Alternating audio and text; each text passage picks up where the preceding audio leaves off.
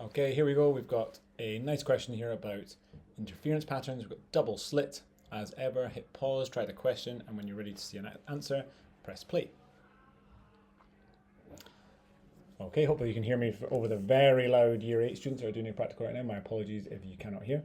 We've got double slits, and we're told here we've got a central bright fringe happening at P, and we're told up here that we've got a point Q, which is destructive interference, and we're being asked to calculate the path difference. So in other words, the difference in the path from the slits to, the bottom slit to Q and the top slit to Q.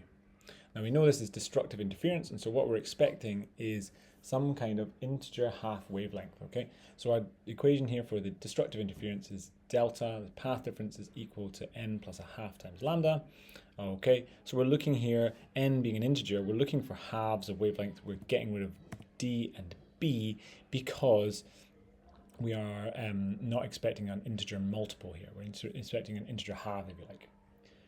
Now, is it A or is it C? Well, let's read the question. It tells us that P is bright, Q is dark, but between P and Q, there is one point of constructive interference. So in other words, you could have another point R, let's call it, in the middle here.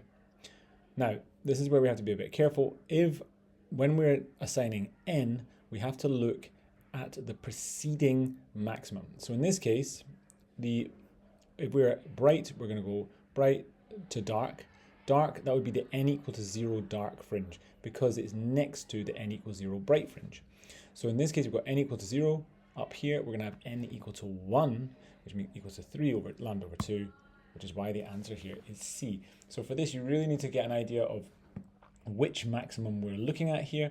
The basic idea is coming from the halves because we are looking at destructive interference, n equal 1, because the preceding maxima was n equal to 1.